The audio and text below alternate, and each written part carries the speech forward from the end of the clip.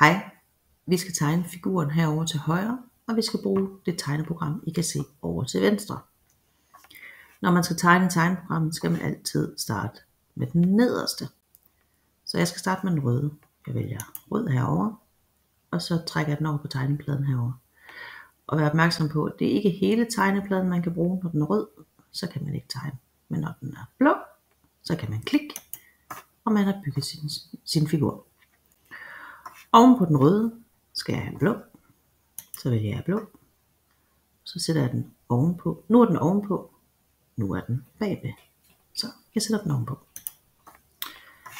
Bagved den blå skal vi have en grøn. Jeg klikker på grøn. Så trækker jeg den ind, så den er bagved den blå. Foran den blå skal jeg have ned.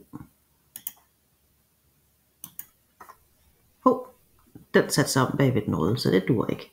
Jeg bliver derfor nødt til at slette den. Der er et viskeværktøj her.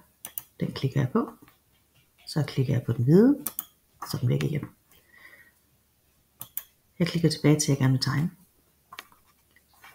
Så prøver vi lige igen. Så er den der, hvor jeg gerne vil have den. Og oven på den blå vil jeg gerne have en gul. Sådan der.